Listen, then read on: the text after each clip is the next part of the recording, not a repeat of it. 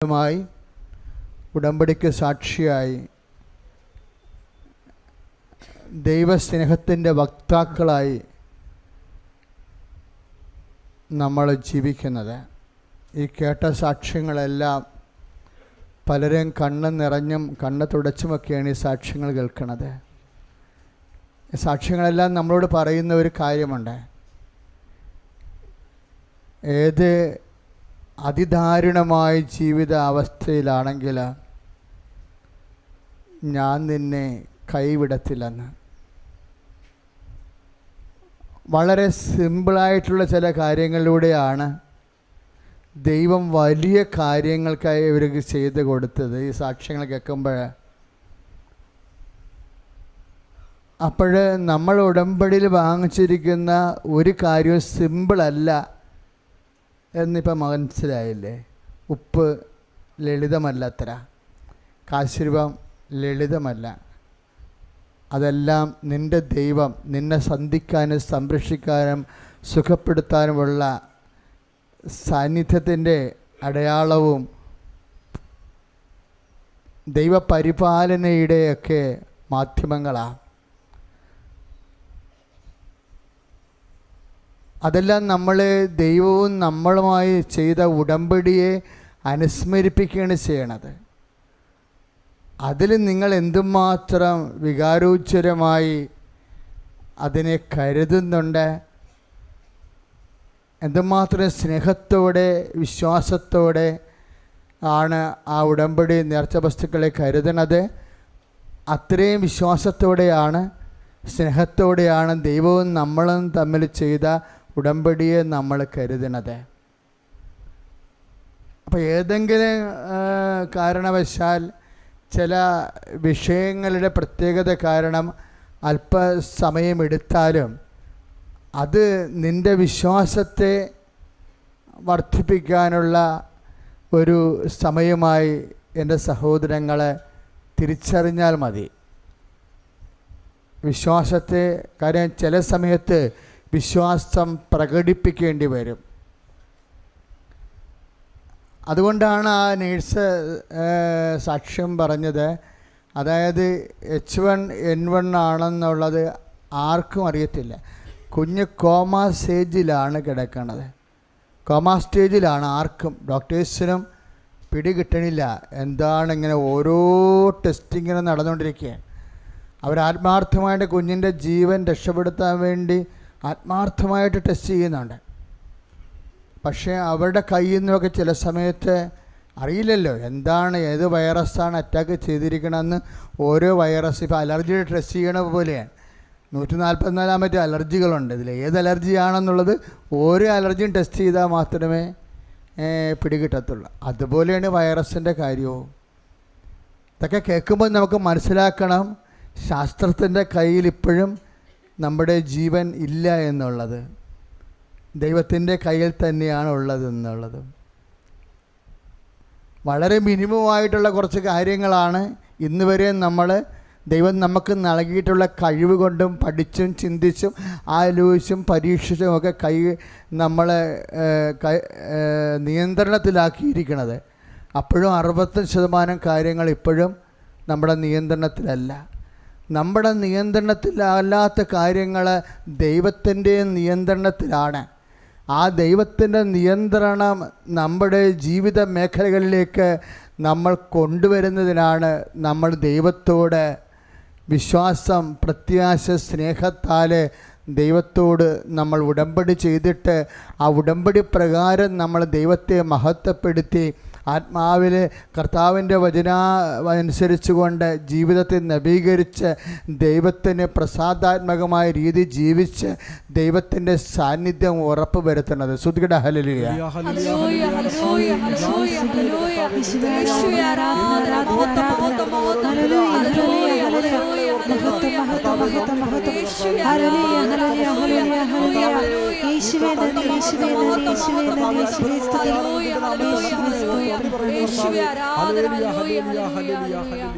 Praise the Lord. Praise the Lord. Hallelujah. Hallelujah. യേശുവേ സ്തോത്രം. അപ്പോൾ ഉടമ്പടിയുടെ ചില ആധ്യാത്മികതയിലെ ചില വിഷയങ്ങൾ വരുമ്പോൾ നമ്മുടെ വിശ്വാസം പ്രകടനപരമാകണം. വിശ്വാസത്തിൻ്റെ പ്രകടനപരത ഒരു ജീവിതത്തെ ദുർഘടമായ അവസ്ഥകളിൽ ദൈവത്തെ ഇടപെടുത്താൻ നമ്മളെ സഹായിക്കുന്നതാണ്. ജീവിതത്തിൻ്റെ ഞാൻ ചില സമയത്ത് തോന്നിയിട്ടുണ്ട്, ഈ വിശ്വാസത്തിൻ്റെ ചില പ്രവൃത്തികൾ കാഴ്ചയിൽ മണ്ടത്തരമായിട്ട് തോന്നും. വിശ്വാസത്തിൻ്റെ ചില പ്രവൃത്തികൾ കാഴ്ചയിൽ മണ്ടത്തരമായിട്ട് തോന്നും. കാര്യം കർത്താവിനെ കണ്ടപ്പോൾ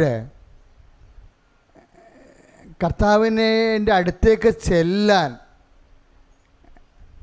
ഒരു തളർവാദ രോഗിനെ കൊണ്ടുവന്ന് അങ്ങേരുടെ സഹായികളായിട്ടുള്ളവർക്ക് കഴിഞ്ഞില്ല. അപ്പോൾ അവരെന്നാ ചെയ്തത്? കർത്താവ് ഇരിക്കുന്ന വീടിൻ്റെ മേൽക്കൂര പൊളിച്ചു മാറ്റി. വിശ്വാസമില്ലാത്തവർക്ക് ചില സമയത്ത് ഇതൊരു മണ്ടത്തരമായിട്ട് തോന്നും, അല്ലേ? ആ അവർക്ക് വേണേൽ ചിന്തിക്കാം, ആളൊഴിഞ്ഞതിന് ശേഷം ഇത്രയും വലിയ മരമണ്ടത്തരം എന്തിനാണ് ചെയ്തത്? ആളൊഴിഞ്ഞതിന് ശേഷം ആളെല്ലാം പോയതിന് ശേഷം എപ്പോഴായാലും ആൾക്കാർ പോകുമല്ലോ. പോയി കഴിഞ്ഞതിന് ശേഷം സമാധാനത്തിൽ ആ രോഗിയെ കർത്താവിൻ്റെ അടുത്ത് കൊണ്ടുവന്നാൽ മതിയായിരുന്നില്ലേ എന്ന് ചോദിക്കും.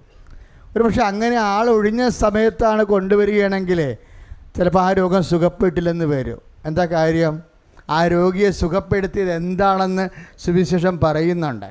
എന്താ പറയുന്നത്? അവിടെ വിശ്വാസം കണ്ട്. അതാണ് സംഭവം. വിശ്വാസത്തെ ചില സമയത്ത് ഉള്ളിൽ വെച്ചുകൊണ്ടിരുന്നാൽ പറ്റത്തില്ല. വിശ്വാസം ഉള്ളിൽ വെച്ചുകൊണ്ടിരിക്കാനുള്ളതല്ല എന്നാണ് നമുക്ക് സുവിശേഷം നൽകുന്ന ചില പാഠങ്ങൾ. അതാണ് ലൂക്കാ 18:8 പറയണത്. അതുപോലെ തന്നെ മർക്കോസിൻ്റെ സുവിശേഷത്തിലെ 2-5 വാക്യം എന്താണ്? അവരുടെ വിശ്വാസം കണ്ട് എന്ന് പറഞ്ഞേ. അവരുടെ വിശ്വാസം കണ്ട്. അപ്പം കാണാവുന്ന വിശ്വാസമുണ്ട്. നമ്മുടെ പ്രാർത്ഥനകളെല്ലാം കേൾക്കാവുന്ന വിശ്വാസമാണ്, അല്ലേ?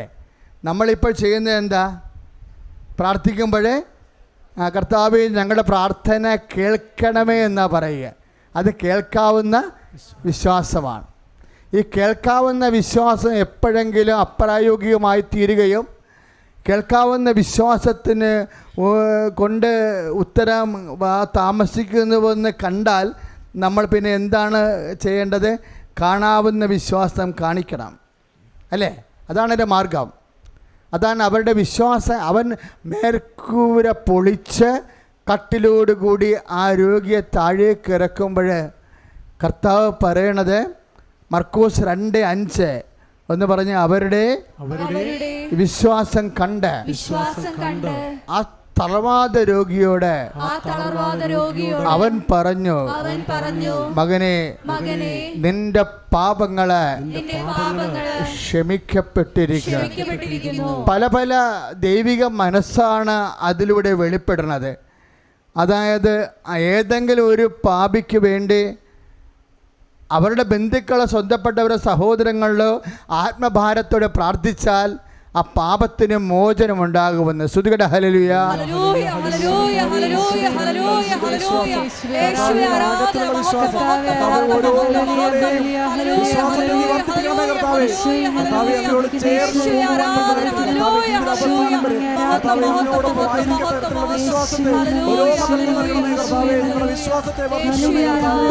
പരിശുദ്ധ പരമദിവ്യകാരുണ്യത്തിന്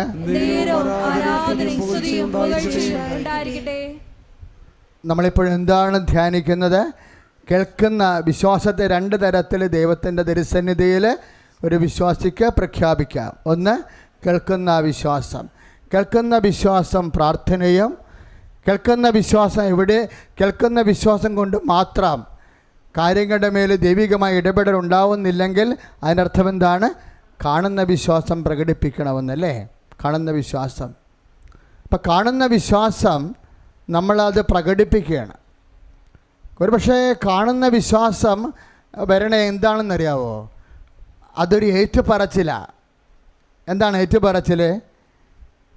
കാണുന്ന വിശ്വാസത്തെ കർത്താവ് പല രീതിയിലാണ് പറഞ്ഞത്. മനുഷ്യരുടെ മുമ്പിൽ, ഇപ്പോൾ 10:32 മത്തായിയുടെ സുവിശേഷത്തിലെ മനുഷ്യരുടെ മുമ്പിൽ ഒന്ന് പറഞ്ഞേ, മനുഷ്യരുടെ മുമ്പിൽ എന്നെ ഏറ്റുപറയുന്നവനെ എൻ്റെ സ്വർഗ്ഗസ്ഥനായ പിതാവിൻ്റെ മുമ്പിൽ ഞാനും ഏറ്റുപറയും. അപ്പോഴേ പിതാവിനെ കൂടി കക്ഷിയാക്കണമെന്നാണ് ചിലതിൻ്റെ സൂചന. മനസ്സിലായില്ലേ? ചില നമ്മൾ വിശ്വാസം പ്രകടിപ്പിക്കുമ്പോൾ, വിശ്വാസം കാണാവുന്ന രീതിയിലാക്കുമ്പോൾ നമ്മൾ അറിഞ്ഞോ അറിയാതെയോ ചെയ്യണത് എന്താണ്? ത്രിത്വിക ദൈവത്തെ ഈ വിഷയത്തിലേക്ക് നമ്മൾ ആശ്രയിക്കുകയാണ്. സ്തുതിയുടെ ഹല്ലേലൂയ.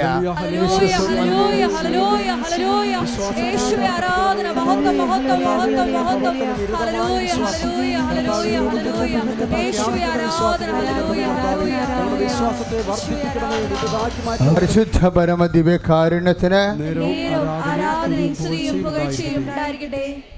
പ്രാർത്ഥിക്കുക. നമ്മൾ ഉടമ്പടി ചെയ്യുന്ന കാരുണ്യ പ്രവൃത്തിയില്ലേ, ഞാൻ രോഗിയായിരുന്ന നിങ്ങളെന്നെ സന്ദർശിച്ചു, ഇല്ലേ? ഞാൻ നഗ്നനായിരുന്ന നിങ്ങളെനിക്ക് വസ്ത്രം നൽകി. അതെല്ലാം കാണുന്ന വിശ്വാസ പ്രവർത്തികളാണ്. ഇപ്പോൾ നിബന്ധന പ്രകാരം നമ്മൾ ചെയ്യുമ്പോൾ ഉടമ്പടി എടുത്തത് കൊണ്ട് നമ്മൾ അത് ചെയ്യണമെന്നല്ല ചിന്തിക്കേണ്ടത്, മറിച്ച് ഞാൻ വിശ്വാസത്തിന് കാണുന്ന രീതിയിലാക്കിയിരിക്കുന്നുവെന്നാണ്. എൻ്റെ മക്കൾക്ക് മനസ്സിലായോ? നമ്മൾ രോഗിയെ കുളിപ്പിക്കുന്നു, അവർക്ക് മരുന്ന് കൊടുക്കുന്നു, ആശുപത്രിയിൽ പോകുന്നു, രോഗിയെ സന്ദർശിക്കുന്നു, ഭക്ഷണമില്ലാത്തവർക്ക് ഭക്ഷണം എത്തിച്ച് കൊടുക്കുന്നു. അങ്ങനെയൊക്കെ നമ്മൾ ചെയ്യണത് ഉടമ്പടി പ്രകാരമാണ്, അല്ലേ? അതുപോലെ നമ്മളെ പ്രേക്ഷിത പത്രങ്ങൾ വാങ്ങി വിതരണം ചെയ്യണതും ഉടമ്പടി പ്രകാരമുള്ള സുവിശേഷ വേലയാണ്. അതൊക്കെ ചെയ്യുമ്പോൾ എൻ്റെ മക്കളുടെ മനസ്സിൽ എന്താ ഉണ്ടാകണം? ഞാൻ ഉടമ്പടി പ്രകാരം എൻ്റെ വിശ്വാസത്തെ കാണുന്ന രീതിയിലേക്ക് ദൈവതിരുസന്നിധി മാറ്റുന്നതിൻ്റെ കാരണം പിതാവും പുത്രനും പരിശുദ്ധാത്മാവും, അമ്മ മാതാവിൻ്റെ മധ്യസ്ഥതയിൽ പിതാവായ ദൈവത്തിൻ്റെ മകളും പുത്രൻ തമ്പുരാൻ്റെ അമ്മയും പരിശുദ്ധാത്മാവിൻ്റെ പ്രിയവധുവായ പരിശുദ്ധ അമ്മയുടെ മധ്യസ്ഥതയിൽ ത്രിത്വിക ദൈവത്തെ എൻ്റെ ജീവിത വിഷയത്തിലേക്ക് ഇടപെട്ടുകൊണ്ട് എൻ്റെ ജീവിതത്തിൻ്റെ ദുർഘട ഘട്ടങ്ങളിൽ എൻ്റെ കഴിവ് കൊണ്ട്, ശേഷി കൊണ്ട്, ശേമുഷി കൊണ്ട് എനിക്കത് കൈകാര്യം ചെയ്യാൻ പറ്റാതെ വരുമ്പോൾ ദൈവമേ എന്നോട് കരുണയായിരിക്കണമെന്നാണ് ഞാൻ കർത്താവിൻ്റെ മുമ്പിൽ എൻ്റെ വിശ്വാസത്തെ കാണുന്ന രൂപത്തിലാക്കിക്കൊണ്ട് സുവിശേഷ പേര് ചെയ്യുമ്പോൾ സംഭവിക്കുന്നത്. കൈ അടിച്ച് കർത്താവിന് സുള്ളിലിരിക്കുക.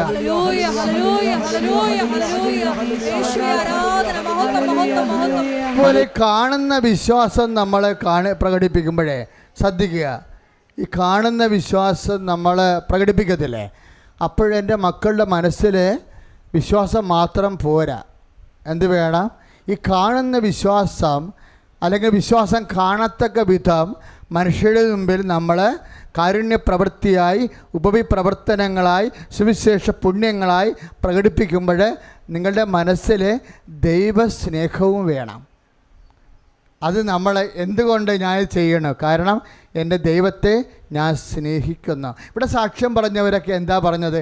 അവിടെ ഉള്ളിൽ ആ സ്നേഹമുണ്ട് ശരിക്കും, അല്ലേ? അത് കേൾക്കുമ്പോൾ നമുക്ക് അഭിഷേകം ഉണ്ടാകാൻ കാരണം എന്താ?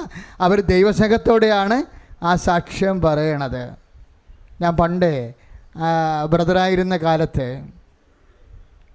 അതായത് 83-84 ഘട്ടങ്ങളിൽ ഡീക്കനായിട്ടില്ല. അപ്പോൾ സഭയിൽ നിന്ന് പിരിഞ്ഞു പോയ ഒരു വൈദികരുണ്ടായിരുന്നു. പേര് ഞാൻ പറയുന്നില്ല, ചില ആൾക്കാർക്ക് കേൾക്കാൻ പറയാൻ പറ്റും. മിഷൻ രാജ്യങ്ങളിൽ നിന്ന് അവിടുന്ന് പോകുന്ന വൈദികനാണ്. പക്ഷേ എന്നാ പറ്റിയെന്ന് വെച്ച് കഴിഞ്ഞാൽ അദ്ദേഹം നാട്ടുമ്പുറങ്ങൾ വന്ന് പരിശുദ്ധ അമ്മയ്ക്കെതിരെ സംസാരിക്കാൻ തുടങ്ങി. വേറെ ചില സഭകളിൽ നിന്ന്, അമ്മയെ അംഗീകരിക്കാത്ത സഭകളിൽ നിന്ന് സഹായമൊക്കെ വാങ്ങിച്ചിട്ട് അവരുടെ ഒരു ഏജൻ്റായിട്ട് കത്തോലിക്ക സമൂഹത്തിൽ പ്രവർത്തിക്കാൻ തുടങ്ങി. അപ്പോൾ പുറമേ നോക്കിയാൽ അങ്ങനെ തോന്നുകയും ചെയ്യും. പക്ഷേ അതേസമയം പഠിപ്പിക്കണതെല്ലാം കർത്താവിൻ്റെ അപ്പോസ്തലിക സഭയുടെ പാരമ്പര്യത്തിനും ആത്മീയതയ്ക്കുമൊക്കെ എതിരായിട്ടുള്ള പഠനങ്ങളാണ് പഠിക്കുന്നത്. അവസാനം ആ മനുഷ്യൻ കുർബാന ചെല്ലണമൊക്കെ പറമ്പിലാണ്. അതാ ഒരു നല്ല പറമ്പൊന്നുമല്ല, വൃത്തികെട്ട പറമ്പിൽ. അത് ആൾക്കാരെ വശീകരിക്കാൻ വേണ്ടിയാണ്. അത് കുർബാന ചെല്ലും, പക്ഷേ അത് മേയ്ക്കലൊക്കെ ആ കുർബാന കേൾക്കാം. നമുക്ക് ഒരു ഡ്രൈ മാസം പോലെ ഇരിക്കാം. ഒരു ദിവസം ഞാൻ പള്ളിയിൽ നിന്ന് വരുമ്പോൾ ഇതുപോലെ അമ്മയ്ക്കെതിരെ, ജപമാലയ്ക്കെതിരെ അത് അങ്ങേര് സംസാരിച്ചുകൊണ്ടിരിക്കുകയാണ്. കേട്ടാൽ നമുക്ക് സങ്കടം വരും. എനിക്ക് ശരിക്കും എൻ്റെ മനസ്സിന് വല്ലാത്ത വേദനയും ഭാരവും ഉണ്ടായിട്ട്, ദൈവമേ ഇതിനെന്താണ് ഒരു മറുപടി എന്നൊക്കെ അന്ന് ഞാൻ ചിന്തിച്ചിട്ട് ദൈവത്തോട് എൻ്റെ ആത്മാവ് തേങ്ങുമായിരുന്നു. ഒരു ദിവസം അതിലൂടെ വരുമ്പോൾ കുർബാന ചൊല്ലിക്കഴിഞ്ഞ സമയമാണ്. ആ വൈദികൻ അപ്പോൾ കുസ്തോതിയിൽ കുർബാന അവിടെ ഇരിക്കണത് എനിക്ക് അകലെന്ന് കാണാം. പകലെന്ന് ഞാൻ കാണുന്നുണ്ട്, ഞാനൊരു ഫർലോങ് അകലെ നിൽക്കുക. അപ്പോൾ അവിടെ കുസ്തോതി ഇരുന്ന് തിളങ്ങണ കാണാം, കുർബാന ഉടുപ്പ് അദ്ദേഹം ഊരിയിരിക്കണം കാണാം. അപ്പോൾ എനിക്ക് മനസ്സിലായി ഈശോ അവിടെ ഇരിക്കുന്നുണ്ടെന്ന്. അപ്പം ഞാൻ 1 കിലോമീറ്റർ, ഒരു 1/2 കിലോമീറ്റർ അകലെയാണെങ്കിലും ഞാൻ അവിടെ മുട്ടേ നിന്ന്, ഞാൻ അറിഞ്ഞുകൊണ്ട് ചെയ്തതല്ല, കർത്താവാണല്ലോ അവിടെ ഇരിക്കണമെന്ന് വിചാരിച്ചിട്ട് നമ്മളവിടെ കർത്താവ് ഇരിക്കുമ്പോൾ നമ്മുടെ കണ്ണ് കാണാൻ നമുക്കറിയാമെങ്കിലും നമ്മളത് മുട്ടേ നിൽക്കണ്ടേ അവിടെ. അപ്പം ശരിക്കും നമ്മളവിടെ മുട്ട നിന്ന് കഴിഞ്ഞാൽ ആ വൈദികന് അതൊരു സപ്പോർട്ടായിട്ട് വരും. അത് സഭയ്ക്ക് ദോഷമേ ചെയ്യത്തുള്ളൂ, പക്ഷേ നമുക്കൊന്നും ചെയ്യാൻ പറ്റത്തില്ല. എന്താ കാര്യം? കർത്താവാണ് അവിടെ ഇരിക്കണത്. അപ്പം ഞാൻ മുട്ട നിന്ന് ആ കർത്താവിനെ അവിടുന്ന് മാറ്റി അടക്കം ചെയ്യണവരെ ഞാനവിടെ മുട്ട നിന്ന്, ഞാൻ പിന്നീട് അതൊക്കെ ഞാൻ മറന്നുപോയി. പിന്നീട് കർത്താവ്, ഞാൻ ശുശ്രൂഷയിലേക്ക് വന്നപ്പോൾ അമ്മമാതാവ് പ്രത്യക്ഷപ്പെട്ട വരെയുള്ള സംഭവങ്ങൾ ഞാൻ പരിശോധിക്കുമ്പോൾ എങ്ങനെയാണ് ഇതൊക്കെ സംഭവിച്ചതെന്ന് ഞാൻ ഇടയ്ക്ക് എന്നോട് തന്നെ ചോദിക്കുമ്പോൾ ഈ ദിവസങ്ങൾ എൻ്റെ മനസ്സിൽ കാണിച്ചു തന്ന ഒരു രൂപമാണത്. അതായത് പണ്ട് നീ ഇങ്ങനെയുള്ള ഒരു ആധ്യാത്മിക അരാജകത്വ സഭയിൽ സൃഷ്ടിക്കണ കാലത്ത് നീ വിശ്വാസം കാണുന്ന രൂപത്തിൽ പ്രഖ്യാപിച്ചെന്ന് അത് ഓർത്തപ്പോൾ എനിക്ക് ഭയങ്കര സന്തോഷമായി. ശരിക്കും സഭയ്ക്ക് എവിടെയെങ്കിലും പ്രതിസന്ധികൾ വരുമ്പോൾ നമ്മൾ പ്രതിസന്ധി ഉണ്ടാക്കുന്നതിൻ്റെ കൂടെയല്ലേ കൂടേണ്ടത്. മറിച്ച് നമുക്ക് കാര്യം മനസ്സിലായില്ലെങ്കിൽ നമ്മൾ എന്തു ചെയ്യും? നമ്മൾ ദൈവതിരുസന്നെ, കർത്താവേ നിൻ്റെ വിശുദ്ധമായ രക്തത്താൽ നീ വീണ്ടെടുത്ത സഭയെ സംരക്ഷിക്കാൻ വേണ്ടി നമ്മൾ ഉപവസിക്കും, നമ്മൾ പ്രാർത്ഥിക്കും, നമ്മൾ വിശ്വാസം കാണുന്ന രൂപത്തിലാക്കും. സ്തുതിക്കട്ടെ. ഹല്ലേലൂയ.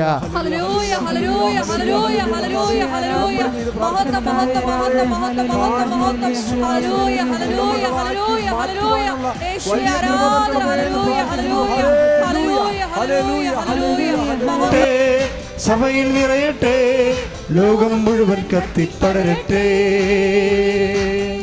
കർത്താവ് ഒരു ചോദ്യം ചോദിക്കുന്നുണ്ട്. ഹൃദയത്തിൻ്റെ തേങ്ങലോടുകൂടി ബൈബിൾ ചോദിക്കുന്ന ഒരു ചോദ്യമുണ്ട്.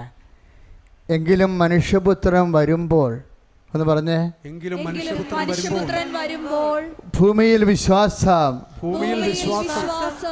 കണ്ടെത്തുമോ? അതാണ് ലൂക്കായുടെ സുവിശേഷം 18:8. എങ്കിലും മനുഷ്യപുത്രൻ വരുമ്പോൾ ഭൂമിയിൽ വിശ്വാസം കണ്ടെത്തുമോ? അവിടെയും കർത്താവ് ചോദിക്കണ കാണുന്ന വിശ്വാസത്തെക്കുറിച്ചാ, കേൾക്കുന്ന വിശ്വാസത്തെക്കുറിച്ചല്ല. ഇല്ലേ? കേൾക്കുന്ന വിശ്വാസത്തെക്കുറിച്ച് നമ്മളെ കേട്ട് പ്രാർത്ഥിച്ച് ഓരോ കാര്യങ്ങൾ നേടിയെടുത്താലും ദൈവത്തിൻ്റെ മനസ്സിലൊരു തേങ്ങ അവശേഷിക്കും. എന്താ ബൈബിൾ പറയണത്? മടുപ്പ് കൂടാതെ പ്രാർത്ഥിക്കാൻ അവൻ അവരോടൊരു ഉപമ പറഞ്ഞു. ദൈവത്തെ ഭയപ്പെടാത്ത, മനുഷ്യനെ മാനിക്കാത്ത ഒരു ന്യായാധിപനുണ്ടായിരുന്നു. ദിവസം ഒരു സാധുവിധവ വന്ന് അവനോട്, യജമാനനെ എനിക്ക് നീതി നടത്തി തരണമേ എന്ന് ചോദിച്ചു. അയാൾ ഇങ്ങനെ ആത്മകഥം ചെയ്തു. ലൂക്കായുടെ സുവിശേഷം 18:1 മുതൽ 8 വരെയുള്ള തിരുവചനങ്ങളാണ് നമ്മൾ കേട്ടുകൊണ്ടിരിക്കുന്നത്. അയാളിങ്ങനെ ആത്മകഥം ചെയ്തു, ഞാൻ ദൈവത്തെ ഭയപ്പെടുന്നില്ല, മനുഷ്യനെ മാനിക്കുന്നുമില്ല. അയാൾ യുക്തിവാദിയോ നിരീശ്വരനോ നിർബന്ധക്കാരനോ ആണ്. അങ്ങനെയുള്ള മനുഷ്യനാണ് അവരെ മർദ്ദിക്കണത്, ഈ വിധവ അധികാര സ്ഥാനത്തിരിക്കണത്. അപ്പോൾ ഈ സാധു വിധവ വന്ന് ചോദിക്കുകയാണ്, യജമാനൻ എനിക്ക് നീതി നടത്തി തരണമേ. അയാളിങ്ങനെ ആത്മകഥം ചെയ്തു. എന്താണ് ചെയ്തത്? ഞാൻ ദൈവത്തെ ഭയപ്പെടുന്നില്ല, പിന്നെന്താ, മനുഷ്യനെ മാനിക്കുന്നുമില്ല. അപ്പോൾ ദൈവത്തെ ഭയപ്പെടാത്ത, മനുഷ്യനെ മാനിക്കാത്ത ന്യായാധിപന്മാർ ആദ്യകാലം മുതലുണ്ട്. എന്നിട്ട് അയാളൊരു തീരുമാനം എടുത്തു. എന്താണ്? എങ്കിലും ഈ സാധു വിധവ ഇങ്ങനെ വന്ന് നിരന്തരം എന്നെ ശല്യപ്പെടുത്തിക്കൊണ്ടിരുന്നാൽ ഞാൻ അവർക്ക് നീതി നടത്തി കൊടുക്കും. Praise the Lord. അപ്പം നമ്മളിങ്ങനെ നിരന്തരം പ്രാർത്ഥിച്ചുകൊണ്ടിരുന്നാൽ നമുക്ക് കിട്ടാൻ സാധ്യതയില്ലാത്ത കാര്യമാണെങ്കിലും ദൈവം ചിലപ്പോൾ അത് സാധിച്ചു തരും. പക്ഷേ ദൈവത്തിൻ്റെ ഉള്ളിലുള്ള തേങ്ങൽ ആര് മാറ്റും? അത് മാറ്റുന്നവനാണ് ദൈവ പൈതലെ. സാധാരണ മനുഷ്യരും ദൈവ പൈതലും തമ്മിലുള്ള വ്യത്യാസം എന്താണ്? ദൈവത്തിന് തേങ്ങലിനെ കൂടി കണക്കിലെടുക്കണം. എങ്കിലും ഈ സാധുവിധവ എന്നെ ശല്യപ്പെടുത്തിക്കൊണ്ടിരിക്കുന്ന കൊണ്ട് ഞാൻ അവൾക്ക് നീതി നടത്തി കൊടുക്കും. അതാണ് 18:7 ലൂക്കായുടെ സുവിശേഷം. 8ാമത്തെ വാക്യം എന്താണ്?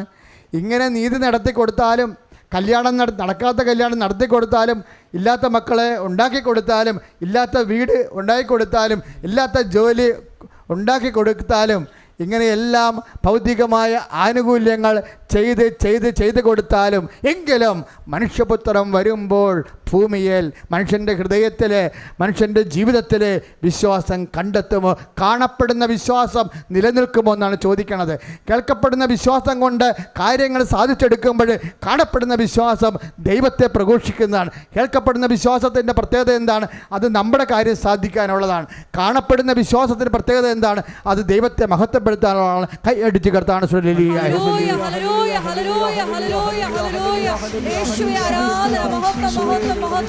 നമ്മുടെ പ്രാർത്ഥന കേൾക്കുന്നു, ദൈവം നമ്മളെ സഹായിക്കുന്നു, അല്ലേ? നമുക്ക് ജോലി കിട്ടുന്നു, വീട് വെക്കുന്നു, മക്കളെ കല്യാണം കഴിപ്പിക്കുന്നു, അവർക്ക് ജോലി കിട്ടുന്നു, എല്ലാ സംഭവവും അതെല്ലാം കേൾക്കുന്ന വിശ്വാസമാണ്. ഈ കേൾക്കുന്ന വിശ്വാസത്തിൻ്റെ കുഴപ്പം എന്താണെന്നറിയാവോ? That will be use and throw, it will be disposed. എന്താണ്? കേൾക്കുന്ന വിശ്വാസം എപ്പോഴായാലും നമുക്ക് ഉപയോഗിക്കുമ്പോൾ തീർന്നു പോകും. ഈ കാണപ്പെടുന്ന വിശ്വാസത്തിനൊരു ഗുണമുണ്ട്. എന്താ? അത് തീർന്നു പോകത്തില്ല. എൻ്റെ മക്കളെ കറക്റ്റായിട്ട് മനസ്സിലാക്കണം. കേൾക്കുന്ന വിശ്വാസമെല്ലാം, ഇപ്പം ഈ ലാസറിനെ കർത്താവ് ഉയർപ്പിച്ചില്ലേ? പക്ഷെ അയാൾ പിന്നീട് മരിച്ചില്ലേ? അല്ലേ? അപ്പോൾ എത്ര അത്ഭുതങ്ങൾ നടന്നാലും കുറച്ച് കഴിയുമ്പോൾ അസ്തമിച്ച് പോകും. അത്ഭുതങ്ങളെല്ലാം അസ്തമിക്കും, അവശേഷിക്കത്തില്ല. ഇപ്പോൾ കേൾക്കുന്ന വിശ്വാസത്തിൻ്റെ ഒരു പരിമിതികൾ അതാണ്. കാണപ്പെടുന്ന വിശ്വാസം എന്താ? വിശ്വാസം പ്രകടിപ്പിക്കുന്നതാണ്. അത് ഒരിക്കലും അസ്തമിക്കത്തില്ല, അവശേഷിക്കുന്നത് അതാണ്. എങ്കിലും മനുഷ്യപുത്രൻ വരുമ്പോൾ ഭൂമിയിൽ വിശ്വാസം അവശേഷിക്കുമോ എന്ന് ചോദിച്ചാൽ, ലൂക്കാ 18:8 ചോദിച്ചാൽ അതിൻ്റെ ഉത്തരം എന്താണ്? അവശേഷിക്കുന്ന വിശ്വാസമാണ് ദൈവം അന്വേഷിക്കുന്നത്. അവശേഷിക്കുന്ന വിശ്വാസം എന്താണ്? അനന്തരം രാജാവ് തൻ്റെ വലതുവശത്തുള്ളവരോട് പറഞ്ഞു, എൻ്റെ പിതാവിനാൽ അനുഗ്രഹീതരെ വരുവിൻ, ലോകാരംഭം മുതൽ ഒരുക്കിയിരിക്കുന്ന രാജ്യം നിങ്ങൾ കൈവശമാക്കുവിൻ. മത്തായിയുടെ സുവിശേഷത്തിൽ 25:35 അനന്തരം രാജാവ് തൻ്റെ വലതുവശത്തുള്ളവരോട് പറഞ്ഞു, എൻ്റെ പിതാവിനാൽ അനുഗ്രഹീതരെ വരുവിൻ, ലോകാരംഭം മുതൽ ഒരുക്കിയിരിക്കുന്ന രാജ്യം കൈവശമാക്കുവിൻ. എന്തുകൊണ്ടെന്നാൽ എനിക്ക് വിശന്നു, നിങ്ങളെനിക്ക് ഭക്ഷണം തന്നു, എനിക്ക് ദാഹിച്ച് നിങ്ങളെനിക്ക് കുടിക്കുവാൻ തന്നു, ഞാൻ നഗ്നനായിരുന്നു നിങ്ങളെന്നെ ഉടുപ്പിച്ചുവെന്ന്, ഞാൻ കാരാഗൃഹത്തിലായിരുന്നു നിങ്ങളെന്നെ സന്ദർശിച്ചുവെന്ന്. അതാണ് കാണപ്പെടുന്ന വിശ്വാസമെങ്കിൽ, അതാണ് അവശേഷിക്കുന്ന കൊണ്ടാണ് രാജാവിന് നിത്യരക്ഷ നൽകാൻ നമുക്ക് ദൈവത്തിന് സാധിക്കുന്നത്. നമ്മൾ കേൾക്കപ്പെടുന്ന വിശ്വാസം യൂസ് ആൻഡ് ത്രോ, അത് ഇന്ന് ഉപയോഗിച്ച് തീരുമ്പോൾ കാണപ്പെടുന്ന വിശ്വാസം, വിശ്വാസത്തിൻ്റെ പ്രകടനങ്ങൾ, സുവിശേഷത്തിൻ്റെ സാക്ഷ്യങ്ങൾ നിലനിൽക്കുന്നതാണെന്നുള്ള സൂചനയാണ് ബൈബിൾ നൽകുന്നതാണ്. ഉടമ്പടിയിലൂടെ നമ്മൾ ചെയ്യുന്ന നിബന്ധനകളെല്ലാം കാണപ്പെടുന്ന വിശ്വാസത്താൽ നമുക്ക് നിത്യരക്ഷ വരെ ഉറപ്പുവരുത്തുന്ന സമ്പൂർണ്ണ പ്രാർത്ഥനയിലാണ് നമ്മൾ പങ്കെടുക്കുന്നത്. കൈ അടിച്ചു കർത്താണ്.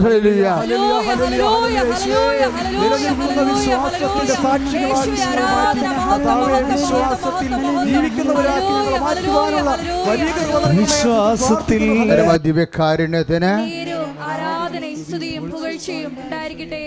അപ്പോഴും നമ്മളുടെ തീരുമാനം എടുക്കണം. ഈ ഉടമ്പടി കാലത്ത് കാണപ്പെടുന്ന വിശ്വാസത്തിൻ്റെ സാക്ഷികളാകും നമ്മളെന്ന്. ഏത് സമയത്താണ് വിശ്വാസത്തെ പൊതുജന സമക്ഷം കാണപ്പെടുത്താൻ വേണ്ടി ദൈവം വിളിക്കുന്നത്? എല്ലാ സാഹചര്യ സമ്മർദ്ദങ്ങളിലും. ഇപ്പോഴ് പുതിയ പെന്തക്കോസ്തായിലേക്ക് പ്രവേശിക്കണം. നമ്മൾ പരിശുദ്ധാത്മാവിനെ പ്രാർത്ഥിക്കണം. ആത്മാവേ പരിശുദ്ധാത്മാവേ പ്രാർത്ഥിക്കുക.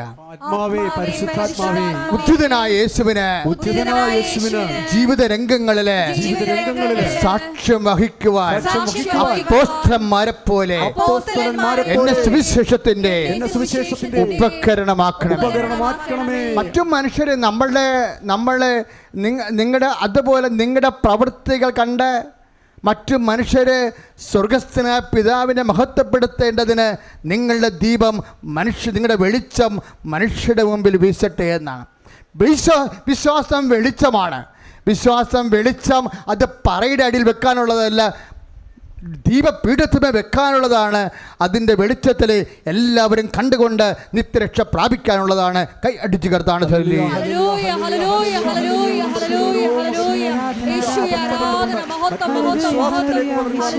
പരിശുദ്ധ പരമദിവ്യകാരുണ്യത്തിന് 2004 സുനാമി ഉണ്ടായപ്പോഴും ഇതുപോലൊരു സംഭവം നടന്നു. സുനാമിയിലെ അപ്പോൾ ആദ്യത്തെ കടൽ കയറ്റം 8 മണിക്ക് നടന്നു. അഴീക്കൽ കടപ്പുറത്ത് ആലപ്പുഴയിൽ 3 പേര് മരിച്ചു. 3 വലിയമ്മമാർ മരിച്ചു. ഞാൻ കടപ്പുറത്ത് ചെല്ലുമ്പോൾ ഈ വലിയമ്മയുടെ ബോഡി അവിടെ കിടക്കുന്നുണ്ട്, മരിച്ച്. ഭയങ്കര ഹൃദയം തകരുന്ന ഒരു കാഴ്ചയായിരുന്നു. പിന്നെ പിന്നെ ടി വിയിലൂടെ വരുന്നു, അടുത്ത സുനാമി വന്നു. അപ്പോൾ ഞാൻ ചെല്ലാതെ നിൽക്കുക. അപ്പോൾ സെക്കൻഡുകൾക്കുള്ളിൽ സുനാമി വന്ന് കടൽ പൊങ്ങി പള്ളിയുടെ അകത്ത് കയറി പള്ളിയിൽ നിന്നും കടലിറങ്ങിപ്പോയി. പക്ഷേ അതിൻ്റെ അകത്ത് ഒരു എത്രയും ദയുള്ള മാതാവ് തോബിയാസ് അച്ഛൻ ചെല്ലണത് എല്ലാവരും ഞാൻ ചെല്ലുമ്പോൾ കണ്ണുനീരോടെ പറയും. അന്ന് വരെ എത്രയും ദയുള്ള മാതാവ് ആ പള്ളിയിൽ കുർബാനയ്ക്ക് ശേഷം ചെല്ലില്ല. അന്ന് മാത്രമാണ് അച്ഛൻ ചെല്ലിയത്. ആ ഒരു സമയത്താണ് ജനങ്ങൾ അതിൻ്റെ അകത്ത് ഉണ്ടായത്. കാര്യം അത്രയും ദയുള്ള മാതാവ് ചെല്ലാതിരുന്നെങ്കിൽ ആശീർവാദം കഴിയുമ്പോൾ ഈ 1-ാം ക്ലാസ്സിലെ കുഞ്ഞുങ്ങളെല്ലാം ചാടി കിളിക്കൂട്ടിൽ നിന്ന് പറഞ്ഞപ്പോൾ പുറത്ത് വന്നേനാം. ആ സെക്കൻഡിനാണ് സുനാമി കയറി ആ കുഞ്ഞുങ്ങളെ കൊണ്ട് പോയേനെ. വാസ്തവത്തിൽ 100-200 കുഞ്ഞുങ്ങൾ മരിക്കേണ്ടതാണ്. ഒറ്റ ഇത്രയും ദയുള്ള മാതാവ് രക്ഷപ്പെട്ടതാണ്. 5 മിനിറ്റ് കഴിഞ്ഞപ്പോഴാണ് ഞാൻ അവിടെ ചെല്ലണത്. അപ്പോൾ പിന്നെ വരണ എന്താ 11 മണിക്ക് വീണ്ടും തിരിച്ച് ഞാൻ അഴിക്ക വരുമ്പോൾ വരണ ആൾക്കാരെല്ലാം ഇങ്ങനെ പശു, ആട്, കൊട്ട, ഇങ്ങനെ എല്ലാ സാധനം കൈ കിട്ടണൊക്കെ പെരുക്കിക്കൊണ്ട് നാട് വിട്ടു പോണ അഭയാർത്ഥികളുടെ ദാരുണമായ കാഴ്ചയാണ് കാണുന്നത്.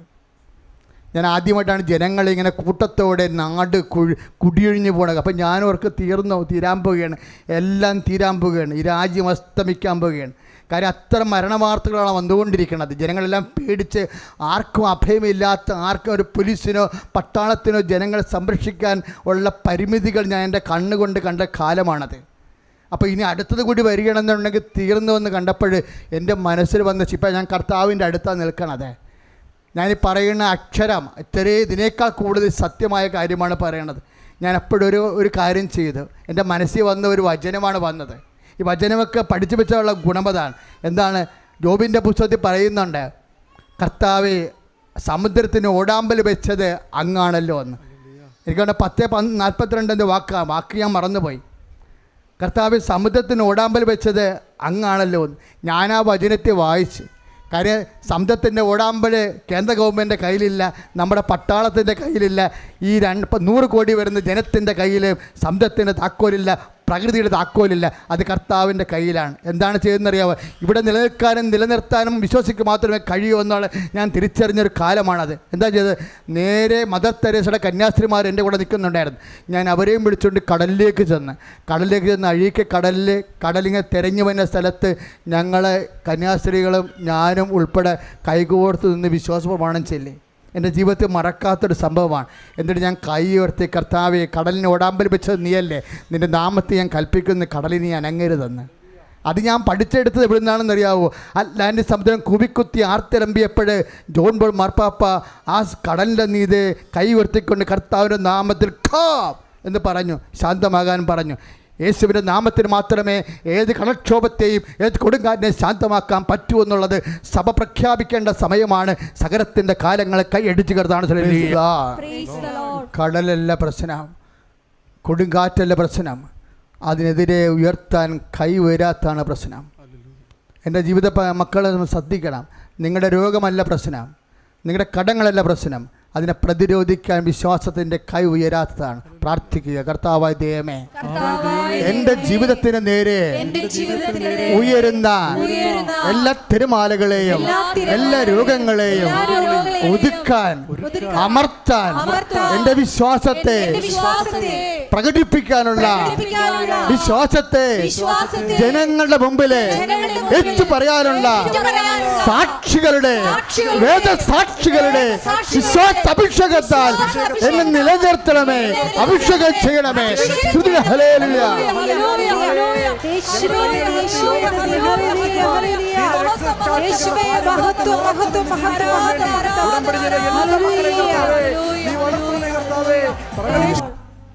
നേർച്ച വസ്തുക്കൾ എടുക്കുക. നേർച്ച വസ്തുക്കളുടെ ആശീർവാദവും രോഗസൗഖ്യ പ്രാർത്ഥനയുമാണ് ഇപ്പോൾ നടക്കാൻ പോകുന്നത്.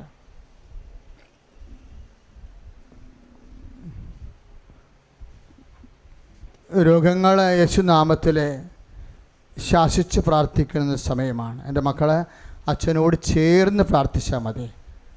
കർത്താവ് നമ്മളുടെ അവിടുത്തെ വാഗ്ദാന പ്രകാരം നമുക്കും സാക്ഷ്യം പറയാൻ സാധിക്കാം. ഏറ്റു പ്രാർത്ഥിക്കുക. കർത്താവായ ദൈവമേ, അന്ധന് കാഴ്ച നൽകിയവനെ, ചെകിടന് കേൾവി നൽകിയവനെ, ഊമന് സംഭാഷണ ശക്തി നൽകിയവനെ, മഹോദര രോഗിയെ സുഖപ്പെടുത്തിയവനെ, തളർവാദ രോഗിയെ സുഖപ്പെടുത്തിയവനെ, മരിച്ചവനെ ഉയർപ്പിച്ചവനെ, കർത്താവേ, അങ്ങയുടെ വിശുദ്ധമായ വലതുകരം ഓരോ രോഗികളുടെ ശരീരത്തിൽ വെക്കണമേ. ക്യാൻസർ രോഗികളെ ഇപ്പോൾ സ്പർശിക്കണമേ. കരൾ രോഗികളെ ഓ കർത്താവേ ഇപ്പോൾ സ്പർശിക്കണമേ.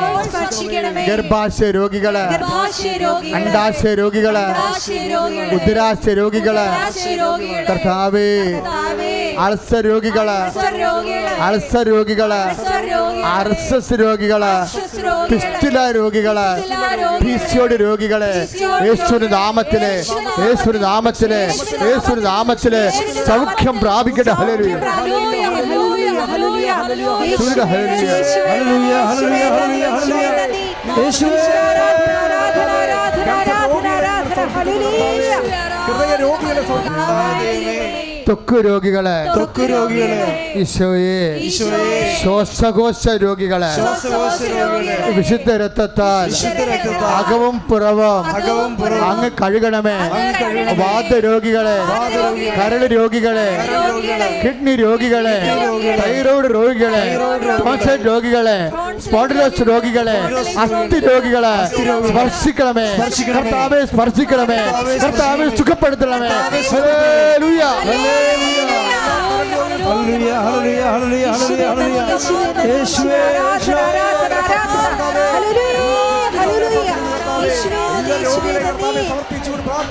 തിരുക്കരത്താൽ താങ്ങി എന്നെ, തിരുരക്തത്താൽ കഴുകണമേ. തിരുക്കരത്താൽ താങ്ങി എന്നെ, തിരുരക്തത്താൽ കഴുകണമേ. പെരുമഴ പോൽ പെയ്യട്ടെ, പെരുമഴ പോൽ പെയ്യട്ടെ. യേശുവിൻ രക്തം, യേശുവിൻ രക്തം, യേശുവിൻ തിരുരക്തം, യേശുവിൻ രക്തം, യേശുവിൻ രക്തം, യേശുവിൻ തിരുരക്തം. കർത്താവായ ദൈവമേ, മക്കളില്ലാത്തവരെ അങ്ങ് സ്പർശിക്കണമേ. ഈ കല്ലിൽ നിന്ന് എബ്രാഹത്തിന് സന്തതികൾ ജനിപ്പിക്കാൻ ദൈവത്തിന് കഴിയുമെന്നുള്ള കർത്താവിന്റെ വചനത്തിന്റെ കരുത്ത് കാട്ടണമേ. മക്കളില്ലാത്തവർക്ക് മക്കളെ നൽകണമേ. വിവാഹം താമസിക്കുന്നവര്, ഭവനമില്ലാത്തവര്, ജോലി ഇല്ലാത്തവര്, സാമ്പത്തിക ബാധ്യതകളാൽ വേദനിക്കുന്നവര്, ഉയർന്ന വിദ്യാഭ്യാസത്തിന് മാർഗമില്ലാത്തവര്, വിദേശ യാത്രക്കായി ജോലിക്കായി ഒരുങ്ങുന്നവര്, പരിശ്രമിക്കുന്നവര്, സാങ്കേതിക തടസ്സങ്ങള് യേശുവിന്റെ നാമത്തില് നിർവീര്യമാകട്ടെ. ഹല്ലേലൂയ. ആരാധന ആരാധന ആരാധന ആരാധന. മഹത്വം. Hallelujah hallelujah. ആരാധിക്കുമ്പോൾ വസ്തുക്കളെ ആശീർവദിക്കുന്ന സമയമാണ്. ഇപ്പോഴും നിങ്ങൾ ഡേറ്റുകൾ ഓർക്കണം. ഇപ്പോൾ ഡേറ്റുകൾ ഓർത്ത് പ്രാർത്ഥിക്കേണ്ട സമയമാണ്. നിങ്ങളെ ഇൻ്റർവ്യൂവിന് കോൾ ഫോർ ചെയ്തിരിക്കുന്ന ഡേറ്റുകളെ ഓർക്കുക. അങ്ങനെ ജീവിതത്തിൻ്റെ പ്രധാനപ്പെട്ട ഡേറ്റുകൾ, ഈ മാസമുള്ള ഡേറ്റുകൾ, അടുത്ത മാസമുള്ള ഡേറ്റുകൾ, വീടിന് തറക്കല്ലിടേണ്ട ഡേറ്റുകൾ, ജോലി സംബന്ധമായ യാത്രയ്ക്ക് നിശ്ചയിച്ചിരിക്കുന്ന ഡേറ്റുകൾ, മനസ്സമ്മതത്തിൻ്റെ ഡേറ്റുകൾ, വിവാഹത്തിൻ്റെ ഡേറ്റുകൾ, സ്ഥലം വിൽക്കാനുള്ള ഡേറ്റുകൾ, സ്ഥലം വാങ്ങാനുള്ള ഡേറ്റുകൾ, രജിസ്ട്രേഷൻ നടത്താനുള്ള ഡേറ്റുകൾ, അഡ്മിഷൻ എടുക്കാനുള്ള ഡേറ്റുകൾ, അഡ്മിഷൻ അയക്കാനുള്ള ഡേറ്റുകൾ, അങ്ങനെ ഓരോരോ പരീക്ഷയുടെ ഡേറ്റുകൾ, എല്ലാ കാര്യം കൃപാസനത്തിലെ അനേകം സാക്ഷ്യങ്ങൾ തീയതികളുടെയും സമയത്തിൻ്റെ മേലുള്ള ദൈവത്തിൻ്റെ സ്വാധീനത്തിൽ അത് വിശ്വാസത്തെ പ്രഖ്യാപിക്കുമ്പോൾ പരിശുദ്ധ അമ്മയുടെ മധ്യസ്ഥത്തിൽ നടക്കുന്നുണ്ട്.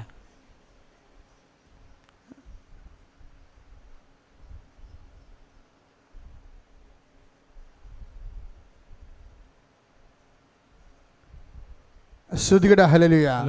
കർത്താവേ, അങ്ങയുടെ മക്കളുടെ മനസ്സിലോർത്ത ഓരോ ഡേറ്റുകളുടെ മേലെ കർത്താവിൻ്റെ സാന്നിധ്യം ഉണ്ടാകണമേ. സാക്ഷ്യം പറയാൻ സഹായിക്കണമേ. യേശുവേ സ്തോത്രം. ഹല്ലേലൂയ. യേശുവേ സ്തോത്രം.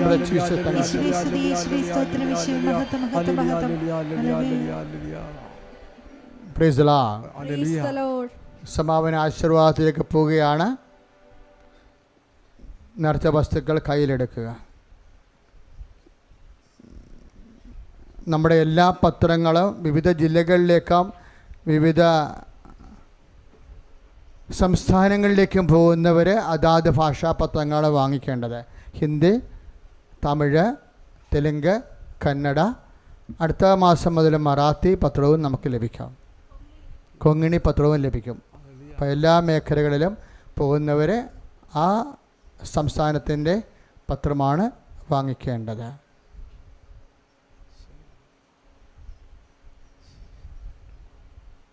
നമുക്കൊരു ധ്യാനം മാത്രമേ നമുക്കിവിടെ വന്ന് കൂടുവാൻ അനുവാദമുള്ളൂ. അതും ഉടമ്പടി എടുത്തവർ മാത്രമേ വരാവൂ. ഇവിടെ നിൽക്കാൻ സ്ഥലമില്ലാത്ത കൊണ്ടാണ് മെയിൻ കാര്യം, വേറെ പ്രശ്നമൊന്നുമില്ല. നിൽക്കാൻ സ്ഥലമില്ല, കണ്ടില്ലേ, നിങ്ങൾ കണ്ടില്ലേ, നിന്ന് നിർത്തി സംസാരിക്കുക. അതുകൊണ്ട് ഉടമ്പടി എടുത്തവർക്ക് മസ്റ്റായിട്ട് ഒരു മാസം ഒരു പ്രാവശ്യമേ വരാൻ പാടുള്ളൂ. ബാക്കിയുള്ള ധ്യാനങ്ങളെല്ലാം യൂട്യൂബിലാണ് കൂടേണ്ടത്, ഷാലൂൺ ടി വിയിലും. 6 ഉടമ്പടിയിൽ 6 നിയോഗം വെച്ചിട്ടുണ്ട്. അപ്പം 5 ധ്യാനം നമ്മൾ പുറത്ത് കൂടണം. അതെവിടെ കൂടും? യൂട്യൂബിലാണ് കൂടേണ്ടത്. അപ്പോൾ യൂട്യൂബ് സബ്സ്ക്രൈബ് ചെയ്യാത്തവർ ആ ധ്യാനം കൂടാൻ വേണ്ടി ഇന്ന് തന്നെ സബ്സ്ക്രൈബ് ചെയ്യണം. എങ്ങനെയാണ് സബ്സ്ക്രൈബ് ചെയ്യേണ്ടതെന്ന് പത്രത്തിൽ 2ാമത്തെ പേജിലുണ്ട്, ശ്രദ്ധിക്കണം. ഇന്ന് സന്ധ്യയ്ക്കുള്ളിൽ സബ്സ്ക്രൈബ് ചെയ്തിട്ട് ധ്യാനം ആരാധന കൂടേണ്ടതാണ്. സാക്ഷ്യങ്ങളെല്ലാം എന്തെങ്കിലും കാരണവശാൽ നിങ്ങളുടെ കാര്യങ്ങൾക്ക് ചില കാര്യങ്ങൾക്ക് കാലവിളംബം വരികയാണെങ്കിൽ അപ്പോൾ തന്നെ സാക്ഷ്യം എടുത്ത് വെച്ച് കണ്ട് പ്രാർത്ഥിക്കണം. അപ്പോൾ നിങ്ങളുടെ വിശ്വാസം നിറയുമ്പോൾ നിങ്ങൾക്ക് പ്രാർത്ഥനയുടെ എരിവ് കൂടുകയും ദൈവികമായ കൃപ ചൊരിയപ്പെടുകയും ചെയ്യാം.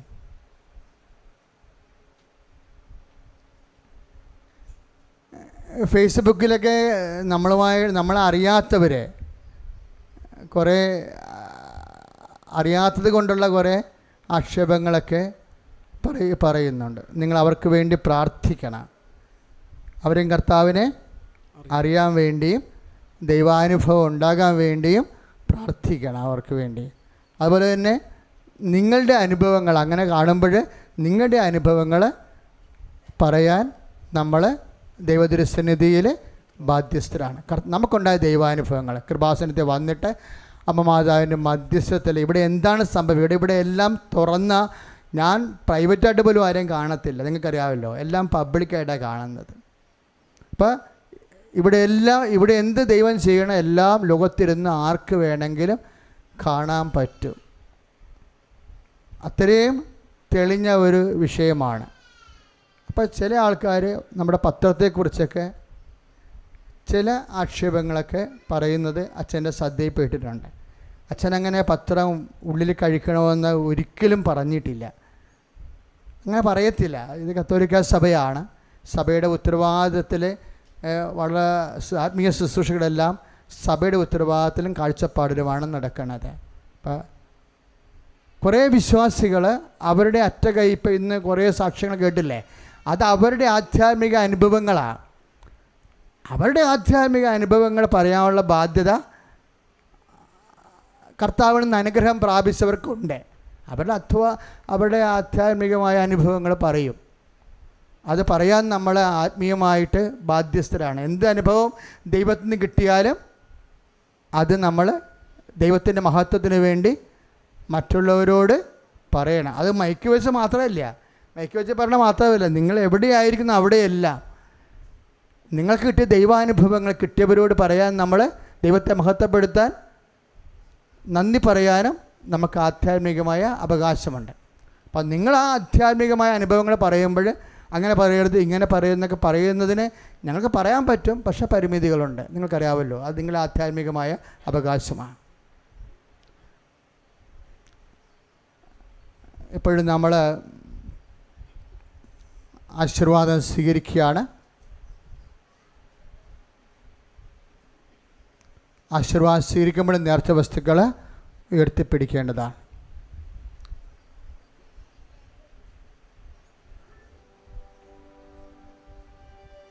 ചിലർ പറഞ്ഞു നമ്മൾ ഗവൺമെൻറ്റിൽ നിന്ന് പണം വാങ്ങിയിട്ട് ആധ്യാത്മികമായ പ്രവർത്തനങ്ങൾ ചെയ്യുന്നുവെന്ന്. അത് 101% സത്യവിരുദ്ധമാണ്. കാരണം ഇത് ധ്യാന കേന്ദ്രമാണ്. ധ്യാന കേന്ദ്രത്തിൻ്റെ കൂടെ 1990 മുതൽ സാംസ്കാരിക പ്രവർത്തനങ്ങൾ നമ്മൾ ചെയ്യുന്നുണ്ട്. ബേസിക്കായിട്ട് ധ്യാന കേന്ദ്രമാണ്. ധ്യാന കേന്ദ്രത്തിൽ സഭയുടെ സാംസ്കാരിക കലാപേതരങ്ങളെ പുനരുദ്ധരിക്കുന്നതിന് വേണ്ടിയുള്ള സാംസ്കാരിക പ്രവർത്തനങ്ങൾ നടക്കുന്നുണ്ട്. ഇപ്പോൾ ഈ ധ്യാന കേന്ദ്രത്തിൽ തന്നെയാണ് ഇന്ത്യയിലെ ഏറ്റവും വലിയ കോസ്റ്റ് ഓഫ് ഫ്ലോക്ക് അക്കാഡമി മ്യൂസിയവും പ്രവർത്തിക്കുന്നത്. ഈ ധ്യാന കേന്ദ്രത്തിൽ തന്നെയാണ് കോസ്റ്റ് ഓഫ് ഫ്ലോക്ക് ലൈബ്രറിയും സ്റ്റഡി സെൻറ്ററും പ്രവർത്തിക്കുന്നത്. ഈ ധ്യാന കേന്ദ്രം തന്നെയാണ് കോസ്റ്റ്യൂം ഗാലറി പ്രവർത്തിക്കുന്നത്. അങ്ങനെയുള്ള പ്രവർത്തനങ്ങൾക്കാണ് ഗവൺമെൻറ് നമ്മളെ പലപ്പോഴും അതിൽ നിന്ന് വരുന്ന അതിന് ചിലവായിട്ടുള്ളതിന് 4/1 പങ്ക് ഗവൺമെൻറ് തന്നിട്ടുണ്ട്. ആ പ്രവർത്തനങ്ങൾ ഇവിടെ തന്നെ ഇപ്പോഴും അതുപോലെ സജീവമായി നടക്കുക. അപ്പോൾ കാര്യങ്ങൾ അറിയാതെയാണ്, പുറത്തുനിന്ന് കേട്ടതും കണ്ടതുമൊക്കെയാണ് നമ്മളെക്കുറിച്ച് ആക്ഷേപം നൽകണത്. വേറെ ചില നിഗൂഢമായ ടാർഗറ്റ് ചെയ്യുന്നത് കൊണ്ടാണ്. അപ്പം അങ്ങനെയുള്ളവർക്ക് ഉറക്കം നടിച്ചു കഴിഞ്ഞാൽ നമുക്കൊന്നും ചെയ്യാൻ പറ്റത്തില്ല. അപ്പം അതുകൊണ്ട് അങ്ങനെയുള്ളവർക്ക് വേണ്ടി നമ്മൾ പ്രാർത്ഥിച്ചിട്ട് അവർ സത്യം അറിയാൻ വേണ്ടി പ്രാർത്ഥിക്കട്ടെ. സ്തുതിയുടെ ഹല്ലേലൂയ.